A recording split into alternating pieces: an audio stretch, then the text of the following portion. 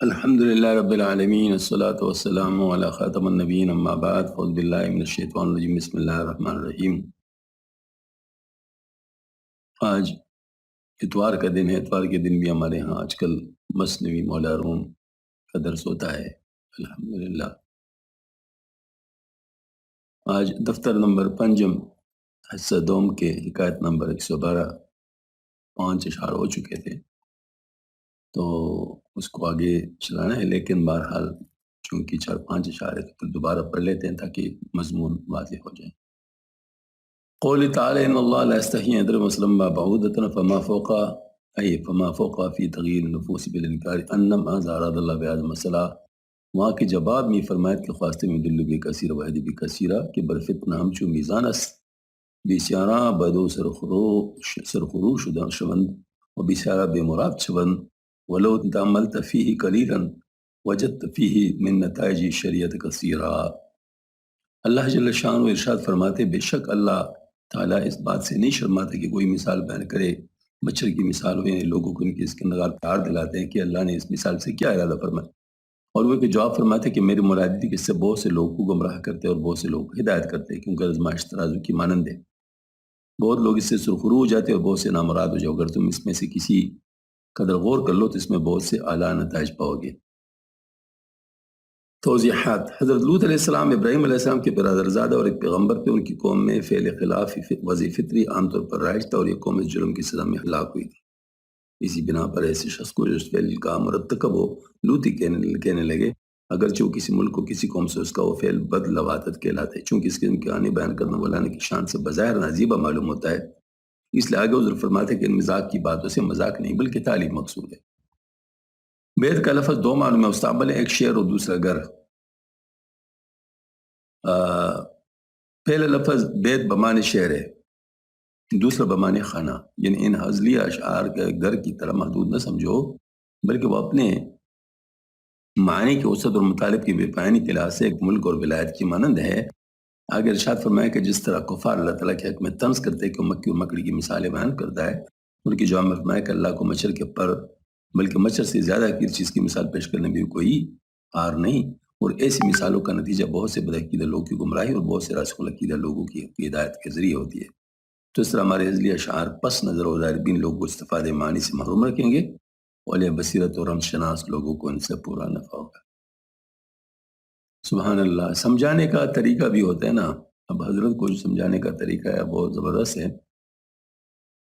یعنی اس میں حضرت یہ گویا کہ بیان فرمانا چاہتے ہیں کہ یہ جو میں اس قسم کی مثالیں دے رہا ہوں، ایسی کہانیاں بیان کر رہا ہوں جس کا ظاہری وجود بعض کا نہیں ہوتا اور بعض کا ظاہری وجود ہوتا ہے، لیکن وہ ذرا یعنی اچھی مثالیں نہیں ہوتی جیسے لوتیوں کی مثال۔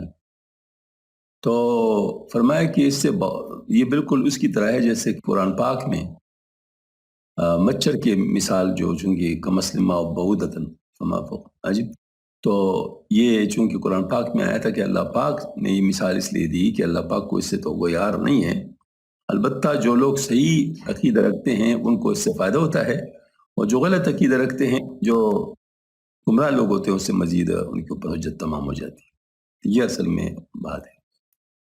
گندر آلوت یہ در خانہ برد سرنگو اب گندر شو دروے فشرد درمیانش خنجر دید آلعین بس بگفتن درمیانت چیست این گفت آنکہ بامن از یک بد منش بد بینند شد بدرم اشکمش گفت لوتی حمداللہ راک من بد نیند دیشا ام باتو بفن۔ یہ اصل میں وہ جو اشعار ہوئے تھے اس میں یہ بات ہے کہ اس ملعون اعلان باز نے اس ہجڑے کی کمر میں خنجر بندہ دیکھا، پوچھے تیری کمر میں کیا ہے؟ تو اس ہجڑے نے کہا کہ خنجر اس لیے کہ کوئی بدتینہ آدمی میرے ساتھ کوئی برا کام کرے تو میں اس کا پیٹ پاڑ ڈالوں۔ تو لوتی ازرائے تمسخر بولا اللہ کا شکر ہے کہ میں نے کسی لیے تیرے ساتھ برا ولادہ نہیں کیا، اس لیے زخم خنجر کا مستوجب بھی نہیں ہوا۔ یہ اس نابکار لوتی برا کام بھی کر رہا تھا اور پھر کہتا ہے کہ شکر ہے میں نے کوئی برا کام نہیں کیا، یعنی میری نیت برا کام کرنے کی نہیں تھی۔ یہ ایک طرح سے اس خبیث ہجڑے پر طنز تھا کہ تو برا کام، یہ تو برا کام نہیں ہے، یا اگر برا کام ہے تو تیرا خنجر زنی کا صرف دعویٰ ہی دعویٰ ہے، یعنی پتہ نہیں تو کس چیز کو برا کام کہتا ہے. اگر تیرے ساتھ یہ ہو رہا ہے تو پھر بھی اگر تو نہیں کہہ رہا، اس کا مطلب ہے کہ تجھ میں غیرت ہی نہیں ہے. اور دوسری بات یہ ہے کہ اگر تو یہ واقعی اس طرح کہہ رہے تو اس کا مطلب تیرا خنجر زنی کا کی بات صرف دعویٰ ہی دعویٰ ہے، تجھ میں اتنی جرت ہی نہیں کہ برا کام ہوتے دیکھ اور اپنے دعویٰ کو عمل میں لائے. یہ مولا رحمۃ اللہ علیہ کا مقصد ہے کہ گدے نے توکل کے جس قدر دعوے کیے تھے سب محض زبانی اور لسانی تھے، ان کو عمل میں لانے کی اہلیت نہیں رکھتا تھا. اور گدے کے دعوی کی وہی حیثیت تھی جو ہجڑے کے خنجر کی تھی. بر محنت صلاح جنگ ستو تمام نسخوں میں حمدللہ را کہ میں یعنی لا بلا میں استحقاق درج ہے، اور تمام نسخوں کا اتفاق نقل بلا تغیر کا متقاضی ہوا. مطلب یا سے چاہتے کہ اصل میں یا تو حمد اللہ للہ را کہ من ہوگا یا حمد اللہ ذا کہ من اناگم کہ چونکہ مردی نیست خنجر ہاچ سود چون باشد دل ندارت سود خود. جب مرد می نہیں ہے تو خنجروں سے کیا فائدہ، جب دل نہ ہو تو خود پہننے کیا مفید ہے. جب گدے میں حکیمانہ دل نہیں تھا تو حکیمانہ دلائل سے کیا حاصل تھا. مطلب یہ ہے کہ جو ذرائع کسی کے پاس ہوں ان ذرائع کے استعمال کی طاقت نہ ہو یا اس کو جانتا نہ ہو تو اس کو کیا فائدہ. مطلب ذرائع تو اب مثال کے طور پر کسی کو تصوف کی پوری کتاب مل جائے اپنے بزرگوں سے، لیکن خود ان چیزوں سے گزرا نہ ہو تو اس کو اس کتاب سے کیا فائدہ ہوگا. ہاں جی، ظاہر مطلب ہے کہ یہ تو کتابی چیزیں نہیں ہیں، یہ تو عملی چیزیں ہیں. تو صرف آپ کو اس چیز کا معلوم ہونا کافی نہیں ہوتا، بلکہ اس طرح معلوم ہونا کہ آپ اس سے کام بھی لے سکیں. تو اس کا مطلب ہے کہ وہ جو ہے نا حکیمانہ دلائل تو اچھے تھے کیونکہ نقل تھے، لیکن چونکہ یہ اصل نہیں تھے لہٰذا خود اس سے فائدے نہیں اٹھا سکے. اگر خود ہوتے اصل ہوتے تو پھر اس سے فائدہ بھی اٹھا لیتے. تو دلائل بے شک ٹھیک تھے، لیکن دلائل میں زور مطلب اس لیے نہیں تھا کہ اس کو خود اس کا ادراک نہیں تھا. از علی میراث داری ذوالفقار بازوی شیر خدا حسد بیار. اگر تم حضرت علی کرم اللہ وجہہ کی ذوالفقار یعنی جو ورثے میں تجھے ملی ہے کام لینا چاہتے ہو تو اگر شیر خدا کا ایسا بازو رکھتے ہو تو لاؤ ذوالفقار سے وار کرو، مگر وہ بازو کہاں ہے، اس لیے ذوالفقار بھی بیکار ہے. مطلب یہ ہے کہ یہ سب چیزیں اس کے لیے تنوتوش ہمت اور یعنی قوت فیصلہ یہ تمام چیزیں چاہیے ہوں، ورنہ انسان صرف باتیں ہی کرتا ہے، وہ صرف باتیں ہی کرتا ہے. یہ بعض دفعہ کہتے ہیں مطلب جو تحمل والا آدمی ہوتا ہے کہتے اس کے تحمل سے ڈرو، کیونکہ اگر وہ کسی وجہ سے خاموش ہے تو اگر وہ چیز اس سے آگے ہو گئی جس کے بعد اس نے فیصلہ کرنا ہوگا اور کام کرنا ہوگا تو پھر تجھے موقع نہیں ملے. لیکن اگر ایسی باتیں نہیں تو باتیں بڑی اونچی اونچی کرے گا لیکن عمل نہیں ہوگا اس پر. گر فسون یاد داری از مسیح کو لبو دندان عیسیٰ اے وقی. اگر تجھے عیسیٰ مسیح علیہ السلام کا کلام یاد جس کو پڑھ کر پونگتے تو مرد تو اے بے حیات تجھ میں عیسیٰ علیہ السلام کے وہ لب اور دانت کہاں ہے جس سے وہ کلام ادا ہو. مطلب یہ ہے کہ صرف یہ تو نہیں ہے نا، الفاظ تو نہیں ہے، الفاظ کے پیچھے ایک حقیقت ہوتی ہے، ایک تعلق ہوتا ہے. ہاں جی، تو بغیر اس کے تو کام نہیں ہو سکتا. کشتی یہ سازی جی تو زیغو فتوح کو یکے ملا ہے کشتی ہم چروح. تو چند وصول کر کے وہ بلا طلب مدنی سے کشتی تو بنا لے گا، تو اس کشتی کو چلانے کے نوح علیہ السلام جیسا ملا کہاں سے لائے گا، یعنی جس کا تعلق اللہ کے ساتھ ہو. بت شکستے گیرم ابراہیم دار کو بتے تن را فدا کردن بنار. مانا کہ تو نے ابراہیم علیہ السلام کی طرف بت توڑ ڈالے مگر اپنے جسم کے بت کو آگ میں فدا کرنے کا کارنامہ کا ہے جو ابراہیم علیہ السلام نے کر دکھایا تھا. گر دلیلت ہست اندر فعل آر تیغ چوبی را بداں کن ذوالفقار. اگر تیرے پاس دلیل ہے تو اس کو عمل میں لا، اس سے تو لکڑی کے تلوار کو بھی ذوالفقار بنا سکتا ہے. مطلب انسان میں قوت عمل اس سے کول ہو تو بے سامانی میں بھی اعلیٰ سر و سامان والوں پر فتیاب ہو سکتا ہے. ان کی بسر سامانی بمنزل سامان بجائے. اس طرح غزوہ بدر میں صرف 313 مسلمان نے، جن میں صرف چند ایک کے پاس تلوار تھی، مکہ کے 1000 مسلح جوانوں پر فتح پائی تھی. مطلب یہ ہے کہ ان کے اندر جان تھی، ایمان تھا. اس وجہ سے انہوں نے اس ایمان کے زور پر مطلب جان کو استعمال کیا اور ظاہر فتح یاب ہوئی. ہاں دلیل کو تیرا مانے شود از عمل آن نقمت ثانے شود. وہ دلیل جو تجھ کو عمل سے مانے وہ خدا کے غضب کا باعث ہو جاتی ہے. چنانچہ اللہ تعالیٰ فرماتے یا ایھا الذین آمنوا لم تقولون ما لا تفعلون کبر مقتا عند اللہ ان تقولوا ما لا تفعلون. اے مسلمانوں ایسی بات کیوں کہا کرتے ہو جو تم کر کے نہیں دکھاتے. یہ بات اللہ کو سخت ناپسند ہے کہ کہو سب کچھ اور کرو کچھ بھی نہیں. دلیل کہاں سے لی؟ سبحان اللہ، قرآن سے پوری دلیل ہے. خائف آرا راہ کے کر دی، خائف آرا راہ کر دی دلیر از ہما لرزاں تری. تو زیر زیر تو نے اپنے زبانی واض و نصیحت سے طریقے سلوک کے ڈرنے والوں کو سلوک طے کرنے پر دلیر بنا دیا، مگر خود تو پردے خفا کے نیچے نیچے سے سب سے زیادہ ڈرپوک ہے. مطلب یہ ہے کہ تجھ میں وہ چیز نہیں ہے جس کی وجہ سے وہ عمل میں آ جائے. برہما درس توکل میں کونی در ہوا تو پشرا رگ میں زنی. تو سب کو توکل کا سبق پڑھاتا ہے اور خود ہوا میں اڑنے والے مچھر کی رگ میں بھی نشتر مار دینے کی کوشش کرتا ہے. ان لوگوں سے ہی کوشش کے سارے رزق کمانے سے روکتا ہے اور محض توکل پر ہاتھ پاؤں توڑ کے بیٹھ رہنے کی ہدایت کرتا ہے. مگر خود حال یہ کہ مچھر جیسے حقیر و بے حقیقت چیز کا لہو پی جانے کی بھی یہاں تک کوشش کرتا ہے کہ اس کے پیچھے نشتر لیے باغا پہ پڑتا ہے. کہ اس قسم کے لوگ اللہ فرماتے ہیں تأمرون الناس بالبر وتنسون انفسکم، کیا تم لوگوں نے کی ہدایت کرتے ہو اپنے آپ کو بلا دیتے ہو. اب یہ اصل کی مطلب یہ ہے کہ توکل کا مطلب اللہ پہ بھروسہ، اور دوسرا یہ ہے کہ آدمی اتنا حریص ہو جائے کہ وہ ذرا بر بھی وہ چیز کو نہ چھوڑے. ہاں جی، تو یہ دونوں ایک دوسرے کے ضد ہے.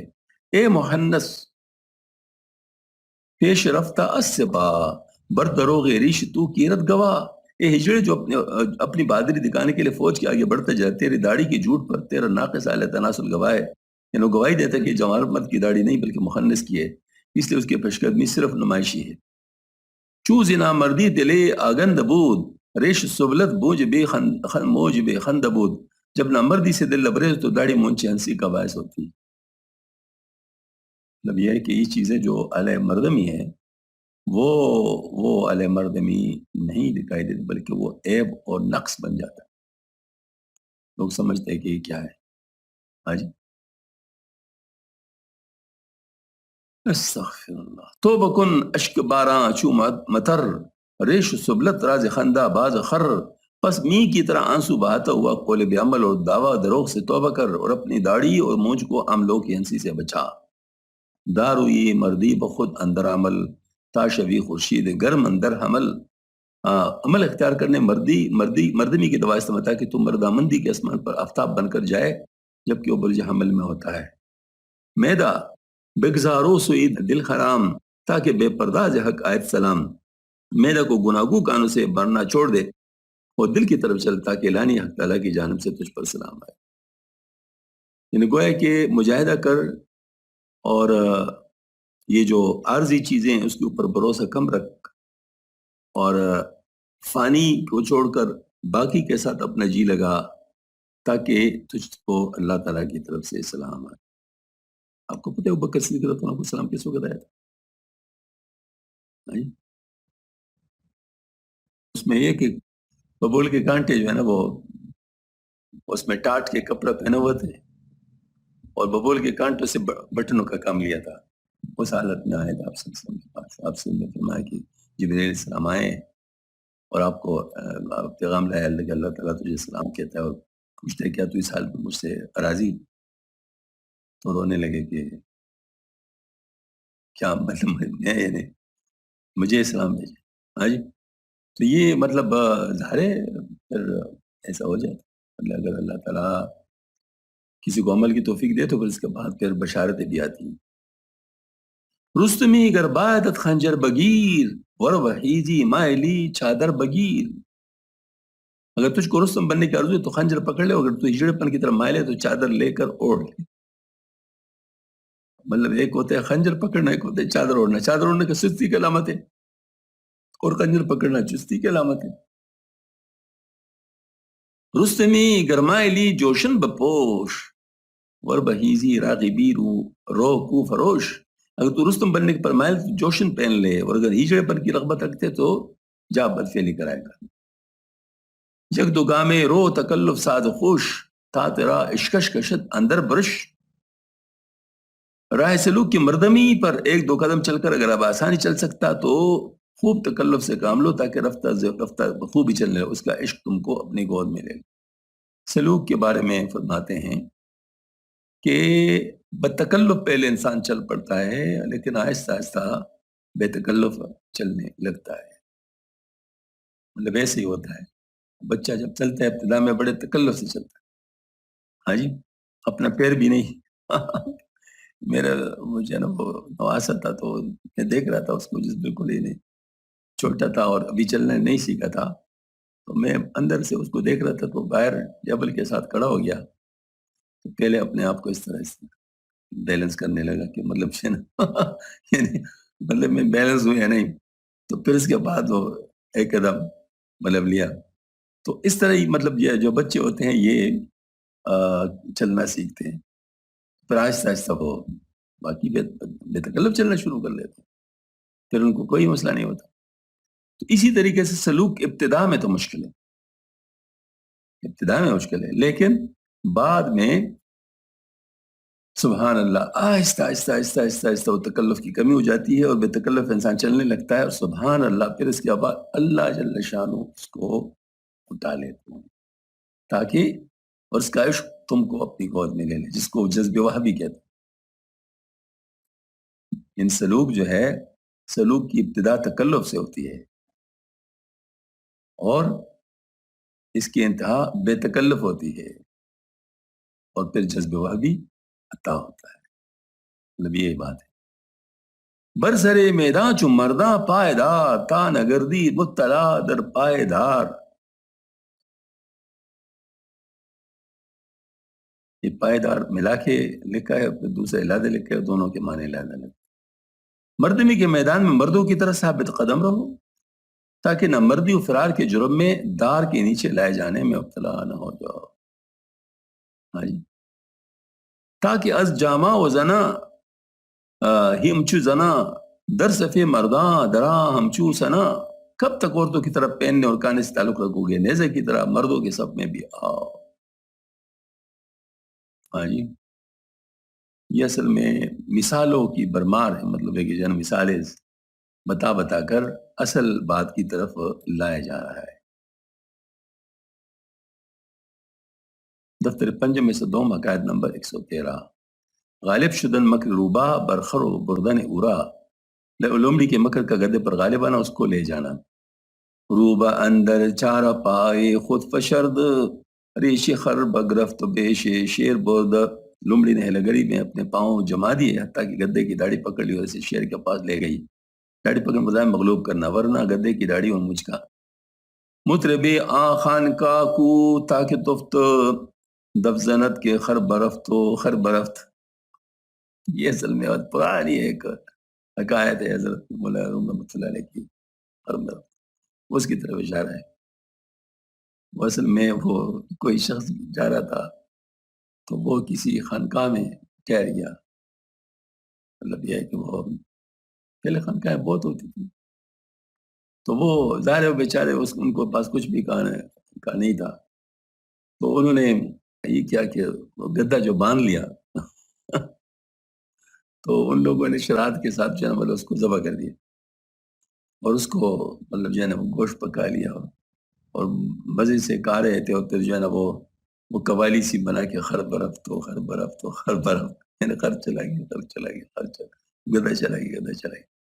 تو یہ جو تھا یہ بھی اس کو پتہ نہیں کہ میرا گدا ان لوگوں نے ذبح کیا ہوا ہے. تو یہ بھی ان کے ساتھ استقبال، کیونکہ گوشت تو اس نے بھی کہا تھا. تو بس یہ بھی ان کے ساتھ اس لے میں لگا خر برف تو خر برف تو خر برف. تو اس طرف اشارہ ہے.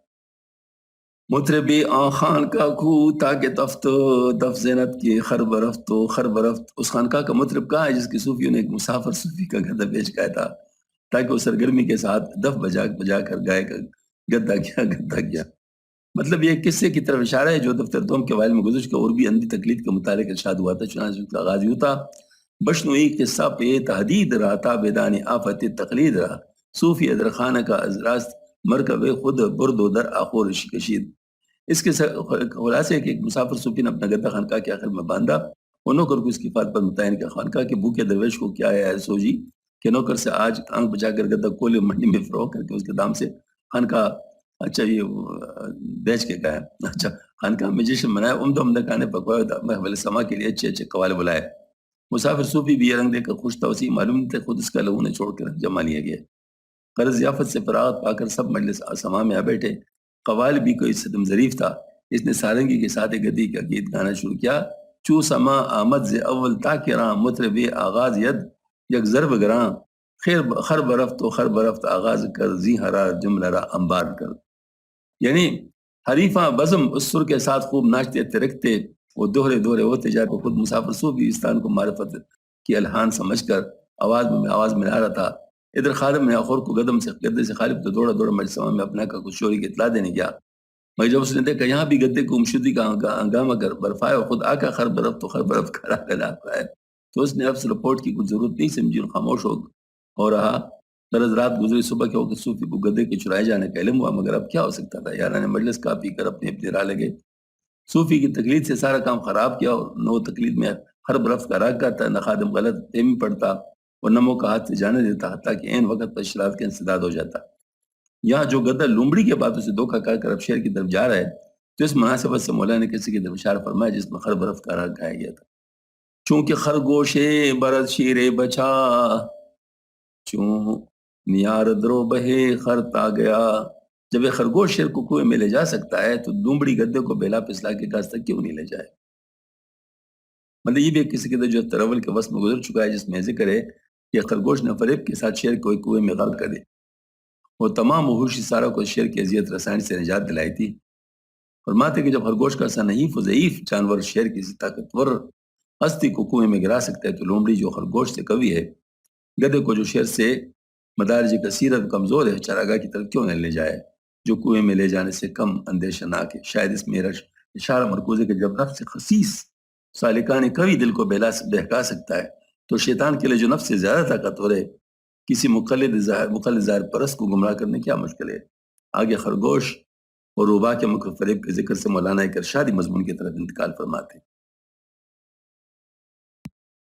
جیسا کہ حضرت کا طریقہ ہے کہ حکایات سے مفید مضامین برآمد فرماتے ہیں اب اس سے بھی انشاءاللہ مفید مضامین برآمد ہوں گے. گوشرا بربند و افسوں ہم مخر جس فسونی آولی یہ دادگر. اپنے کانوں کو بند کرو نفس و شیطان کے فریب آویز کا اقوال سنو سوائے اس عادل کے اقوال کے جو باعث ہدایت ہیں. آفسونی خوشترز حلوائی او زاں کے صد حلوا سخا کے پائے او. حلوائے او مضاف و مضاف الیہ نہیں ہے بلکہ ترکیب یوں ہے اچھا اس کی وہ باتیں سنو جو حلوے سے زیادہ خوشگوار ہے کیونکہ سینکڑوں حلوے اس کے خاک پائے.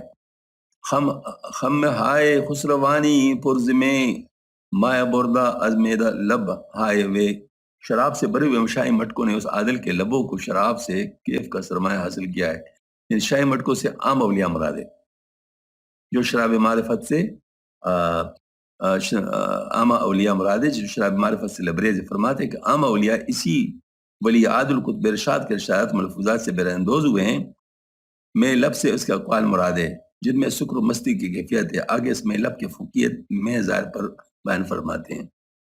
عاشقے میں باشداں جانی بعید کو میں لب ہائے لا لش را ندید. ظاہری شراب ان لبوں کی شراب اقوال کے آگے کیا حقیقت رکھتی ہے. ہاں وہی روح جو مراتب قرب سے بعید ہے ظاہری شراب کے مشتاق ہو سکتی ہے جس نے اس کے لبہائے لال گوں کی شراب نہیں چکی.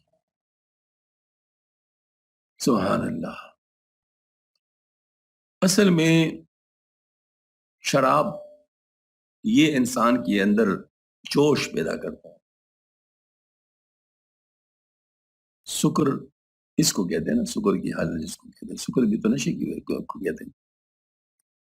تو انسان کے اندر جوش اور سکر پیدا کرتا ہے. لیکن یہ جوش اور سکر جو ہے یہ جسمانی ہے، یہ جسمانی ہے. اور جو روحانی جوش و سکر ہے وہ جو اقوال شیرین سے جو عارفانہ ہوتے ہیں جس سے پیدا ہوتا ہے، تو اس کے سامنے یہ شراب کا جوش کیا کی حیثیت رکھتا ہے. ہاں جی، جو مطلب آپ کو ایک یوں کہہ سکتے ہیں ایک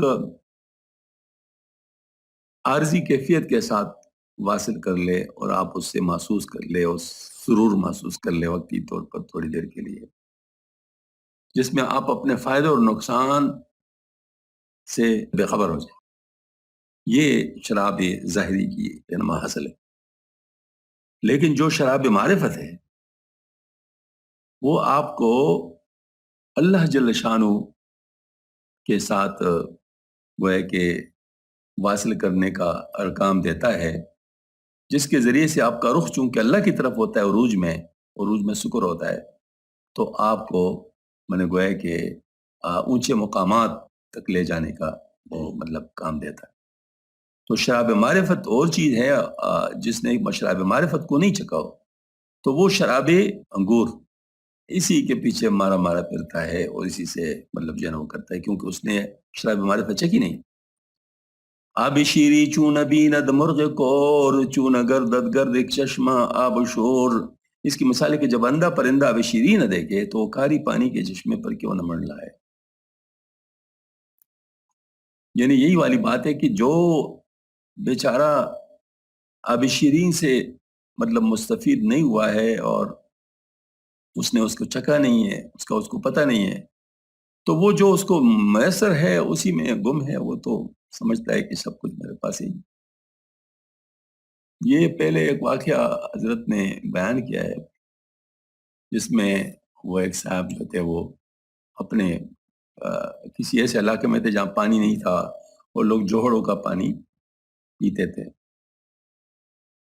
تو وہ جوہڑوں کا پانی میں سے جس جوڑ کا پانی سب سے اچھا تھا تو اس نے سمجھا کہ میں بادشاہ کو کوئی گفٹ کر لوں تو پھر میں مطلب سارے وہ میرے مسائل حل کر لے گا. تو اس نے مٹکا اس جوڑ کے پانی سے بھر لیا اور اس کو بادشاہ کو گفٹ کرنے کے لیے لے گیا بولا. تو اب ظاہر ہے اس کے لیے تو وہی سب سے اچھا پانی تھا. تو جب یہ بادشاہ کے دربار میں پہنچ گیا اور اس نے کہا جی میں فلاں جگہ سے آیا ہوں اور آپ کے لیے گفٹ لایا ہوں، یہ ایسا ہے اور ایسا ہے، تو وہ یہ ہے کہ بادشاہوں کی وسعت قلبی بھی زیادہ ہوتی ہے. مطلب ان کو پتہ ہوتا ہے کہ بھئی یعنی وہ اس طرح تو نہیں ہوتے کہ تنگ نظر ہوتے. تو انہوں نے کہا بالکل ٹھیک ہے. تو اس نے تخت پر بیٹھے بیٹھے اس کو کھولا تو اس کے بو کے بپ کے اس سے آئے. تو باقی لوگوں نے تو رومال اپنے ناکوں پہ رکھ دیے لیکن بادشاہ ذرا بر بھی نہیں ہلا. اس نے محسوس نہیں ہونے دیا کہ مجھے کوئی بدبو آئی ہے. ہاں جی. اور پھر اپنے خدام سے کہا کہ جاؤ ان کو سونے چاندی سے بر کے لے آؤ، ان کو انعام دو. تو ان کو انعام دلوا دیا اور ساتھ کہا کہ اس کو دجلہ کے کنارے رخصت کر. تو دجلہ کے کنارے جب رخصت ہو گیا تو اس نے جب دجلے کا پانی پیا تو اپنے اوپر نفرین کرنے لگا کہ میں کیا چیز لایا تھا، میں بادشاہ کے پاس کیا چیز لایا تھا، اور بادشاہ نے کتنا مجھ پر کرم کیا. تو وہ خود اپنے جس کو کہتے ہیں نا وہ نظروں میں گر گیا کہ میں نے کیا کر دیا، ایسے تو مجھے نہیں کرنا چاہیے. اسی طریقے سے مطلب یہ جو کاری پانی ہوتا ہے جس کا لوگ عادی ہوں تو وہ ظاہر مطلب میٹھے پانی کو کیا سمجھتے ہوں گے، ان کو کیا پتا ہوگا، ان کو تو پتہ ہی نہیں ہوتا. موسیٰ جاں سین را سینا کند توتیان جان را بینا کند. ولی عادل جو ہے روح موسیٰ ہے، سالکوں کے سینے کو تور سینہ بنائے، کوئی تور سینہ بناتا ہے، روح کے طوطیوں کو صاحب بصیرت کر دیتا ہے. یعنی اس کے اقوال کے فیض سے سالکوں کے سینے اس طرح روشن ہو جاتے جس طرح موسیٰ علیہ السلام کی بدولت کوئی طور پر تجلیات الہیہ وارد ہو گئی تھی. طوطی کی بینائی کا ذکر چون بیند مرغ کور کی مناسبت سے ہوا ہے جو اوپر کے شعر میں گزرا ہے. خسرو شیریں جان نوبت زداست لاجرم در شعر قند ارزا شداست. شیریں روح کی خسرو نے اپنے اقبال کی نوبت بجائی اس لیے شعر میں علوم معرف قند ارزا ہو گیا ہے. ماشاءاللہ یعنی جو بڑے لوگ ہیں ان لوگوں نے شفقت کی ہے، اس وجہ سے یہ چیزیں مطلب ارزاں ہو گئی۔ اس شعر میں بہت سے مناسبت ملحوظ ہے، حلوہ اور آبی شیریں کی مناسبت سے شیریں کا لفظ واقع ہوا ہے جو خضر و پرویز شاعران کی ملکہ محبوبہ تھی اور فرحات کی معشوقہ تھی اور روح کو اس سے تشبیہ دی ہے۔ ولی عادل کو شیریں کے شور یعنی خسرو پرویز سے تشبیہ دی ہے اور لفظ شیریں کی مناسبت سے معرف کو کند کا شبہ قرار دیا۔ فرماتے کہ ولی عادل کا فیض آج کل عالمگیر ہو رہا ہے، اس لیے علوم و معارف عام ہے، یعنی آگے بھی اسی مناسبت سے قند، مصری، شکر، نیشکر وغیرہ میٹھی چیزوں کے سہارات استعمال ہوئے ہیں۔ یوسفان غیب لشکر میں کشند، تنگہائے قند و مصری میں رسند۔ اس ولی عادل کی برکت سے واردات غیب کی معشوق جو خوبصورتی میں بنزلہ یوسف ہے، پرے کے پرے باندھے چلے آ رہے اور زوز کیفیات کے قند و مصری کی بولیوں کی بولیاں سالکوں کے پاس پہنچ رہی ہیں، یعنی یوسف کے ساتھ مصری کی مناسبت ملحوظ رہی۔ پشترانی مصرا روسوئی ماست، بشنوی دے توتیاں پانگے دراست۔ واردات غیب کے مصری اونٹوں کا رخ ہماری طرف ہے۔ اے مصری کا آنے والے توتیوں یعنی سالکوں، سنو یہ قافلہ گھڑیال کی آواز آ رہی ہے۔ اب مصری کانے یعنی واردات غیب سے متمتع ہونے کے لیے تیار ہو جاؤ۔ یہ یہاں پر ایک لفظ آیا ہوا ہے بانگے دراست۔ علامہ اقبال کے ایک کتاب کا نام کیا ہے؟ بانگے دراست۔ لگتا ہے شاید اسی شعر سے لیا ہوں، کیونکہ وہ ظاہر ہے کے مطلب قاری تھے، اشعار کے اپنے آپ کو ان کا مرید سمجھتے تھے، مرید ہندی، تو لگتا ہے کہ یہاں مطلب اسی سے شاید لیا گیا۔ شعر ما فردا پرز شکر شود، شکر ارزاں است ارزاں تر شود۔ ہمارا شعر کل شکر سے بھر جائے گا، شکر اب ارزاں ہے تو کل اور زیادہ ارزاں ہو جائے گی۔ گویا اب بھی ان ولی عادل کے بدولت علوم معارف عام ہے، مگر چونکہ ان کا چشمہ فیض پیش فیض رسانی پر آمادہ ہے، اس لیے ان کی فیوز اور زیادہ آمادہ ہو جائیں گے، عام ہو جائیں گے۔ در شکر غلطی دے اے حلوائیاں، ہم چوتوتی کوری یہ سفرائیاں۔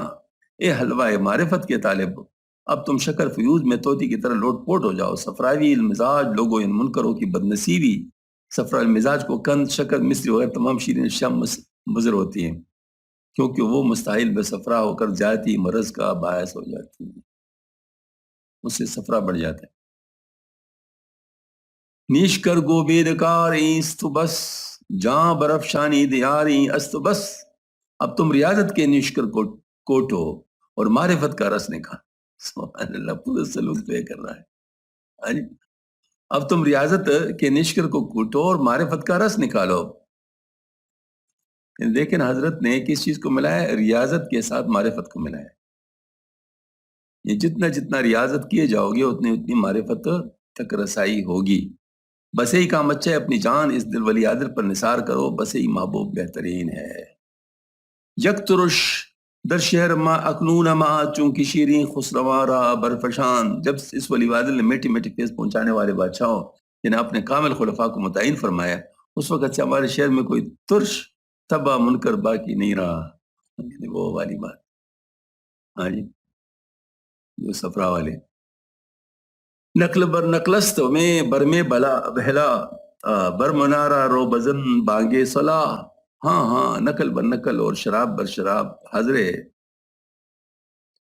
منارہ پر چڑھ جاؤ اور بلاوے کی صدا دے دو کہ سب لوگ آ کر مستفیق ہوں، مگر اپنے عدم صلاحیت کے خیال سے مایوس نہ ہونا، کیونکہ سر کے نا سالہ شیری میں شود، سنگ مرمر لال زرری میں شود۔ 9 سال کا پرانا سر کا بس آخر میٹھا ہو جاتا ہے، سنگ مرمر سنہری لال بن جاتا ہے، پھر تمہاری حالت کیوں ضرور اصلاح ہوگی؟ یعنی تم بھی اس سے مستفید ہو جاؤ، یہ نہ کہو کہ میں رہ جاؤں گا کیونکہ میں تو ایسا ہوں، میں تو ایسا ہوں۔ یوں تو اب اس طرح ہے، لیکن جب ان سے مستفید ہو گئے تو پھر اس طرح نہیں رہو گے۔ آفتاب اندر فلک دستک زنا، ذر رہا چو عاشقہ بازی کنا۔ یہ ولی عادل جو معرفت کا آفتاب ہے، اپنے مراتب عالیہ کے آسمان میں دستک دے کر اشارہ کر رہا ہے کہ مجھ سے اقتباس انوار کرو، اور طالب گوئے ذرے ہیں جو عاشقوں کی طرح ان کے اشتیاق میں بازی کر رہے ہیں۔ چشمہا مخمور شد از سبززار، گل شکوفہ میں کند بر شاخ سار۔ طالبوں کی آنکھیں شیخ کامل کی صحبت کے سبزدار سے مست ہو گئیں، معرف کے پھول قلوب کی شاخوں پر کھلنے لگے۔ چشم دولت سیر مطلق میں کند، روح شد منصور ان الحق میں زند۔ اقبال کی آنکھ منمونے میں پوری جادو کا کام کر روح یعنی شعاب جسمانی سے پاک ہو کر منصور کی طرف فنا فی اللہ کے مقام پر فائز ہو گئی، ان الحق پکار رہی ہے۔ اچھا، شد یوسف آ زلیخا نوجوان، عشرت سرگیر خوش خوش دام شادمان۔ کہتے ہیں کہ زلیخا بڑھاپے میں یوسف علیہ السلام کی دعا سے نوجوان ہو گئی تھی، اس طرح تم اس پیر کامل کی برکت سے سلوک کے مرد میدان بن جاؤ گے۔ پھر اس نو خوشی خوشی عیش مناؤ۔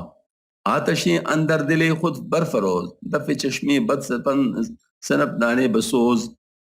اپنے قلب کے اندر عشق کی آگ روشن کرو، نظر بد کو دفع کرنے کے لیے ہرمل جلاؤ۔ ہرمل ایک بوٹی ہے جس کو عوام الناس بدین خیال کرتے ہیں، بدین خیال جلاتے ہیں کہ اس سے نظر بد کا اثر ظاہر ہو جاتا ہے۔ مولانا بات بنا پھر اللہ مشہور فرما دیے، جس سے قابل رشک احوال کا ہزار مقصود ہے، سپن سوزی کی تاکید مراد نہیں ہے۔ تو بحالی خویشتن می بادشاہ تا بیابی در جہاں اے جان مراد۔ اے جان کے برابر عزیز دوست، تم اپنے حال میں خوش رہو تاکہ جہاں میں مراد پاؤ۔ گر خریرا میں برد رو باز سر، گو ببر تو خر مباش و غم مخر۔ اگر لومڑی گدے کو سر سے محروم کرنے یعنی ہلاک کرنے کے لیے لے جاتی ہے تو پڑی لے جائے، تم گدے نہ بنو اور غم نہ کرو، مطلب تم ان کے پیچھے نہ جاؤ، تم ان کی طرح نہ بناؤ۔ تجھ کو پرائی کیا پڑی اپنے نبیڑ تو اپنے مبارک احوال میں شاداں فرحان رہو، غیروں کے پٹے میں پاؤں نہ ڈالے ہو۔ کس سے کہ مناسب سے گدو لومڑی کے استعارے میں اس بات کو ادا فرمائے، مطلب یہ کہ اگر شیطان کسی بدقسمت کو گمراہ کر رہے تو تم غم نہ کرو، تم پر اس لعین کا وار نہیں چلے گا۔ آگے اس معنی میں کہانی ارشاد۔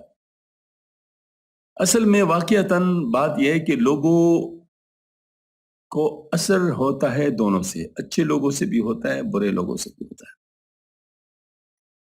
تو میں آپ کو کیا عرض کروں، مطلب یہ ایسا ہوتا ہے کہ جیسے مثال کے طور پر کچھ لوگ ہیں، چلو میں آپ پر ایک واقعہ قصہ آ رہا ہے تو میں یہ آپ کو قصہ سناؤں۔ ایک آدمی تھا جو دیندار تھا لیکن اچھی فیملی سے تعلق رکھتا۔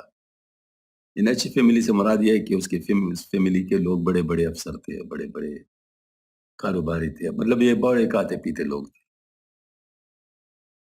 ایک دفعہ یہ بیٹھے ہوئے تھے آپس میں، کسی شادی کی محفل تھی یا کوئی جس طرح کوئی فنکشن تھا،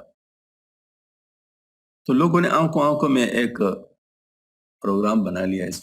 ایک مولوی صاحب تھے جو اس میں عالم دیندار تھے، تو اس کو نیچے دکھانے کے لیے کہ ذرا ان کو نیچے دکھائے جائے۔ تو جنرل صاحب بیٹھے ہوئے، جی آپ کی کیا پریویلیجز ہیں؟ تو اس نے بتایا میری اتنی تنخواہ ہے، یہ کار ملتا ہے، یہ چیز ہوتی ہے، وہ چیز ہوتی ہے، اور اپنے سارے پریویلیجز بتا دی۔ جج صاحب بیٹھے ہوئے تھے، اس کو بتایا، اس نے یہ اپنے بینیفٹس اور اپنی تمام بینیفٹ بتا دی اور ہم سارے۔ اچھا، کوئی کاروباری بیٹھے تھے، اس نے اپنے بتا دیے۔ ڈاکٹر بیٹھے ہوئے تھے، اس نے اپنے بتایا۔ انجینئر بیٹھے ہوئے تھے، اس نے بتایا۔ سب کے سننے کے بعد اس مولوی صاحب جس کے لیے سارا پلاننگ تھا، اس سے پوچھا، جی کہ حضرت کیا آپ کے کیا اوقات ہیں، ذرا تھوڑے سے بتائیں، ہمیں تعارف کرائیں۔ تو انہیں ذرا مریل سی آواز میں کہا کہ ابھی میری تنخواہ شروع نہیں ہوئی ہے، گزارا الاؤنس چل رہا ہے۔ اچھا، تنخواہ ابھی تک آپ کو نہیں مل رہی؟ یعنی اس کا مطلب ہے کہ آپ کو کوئی تنخواہ نہیں دے رہا۔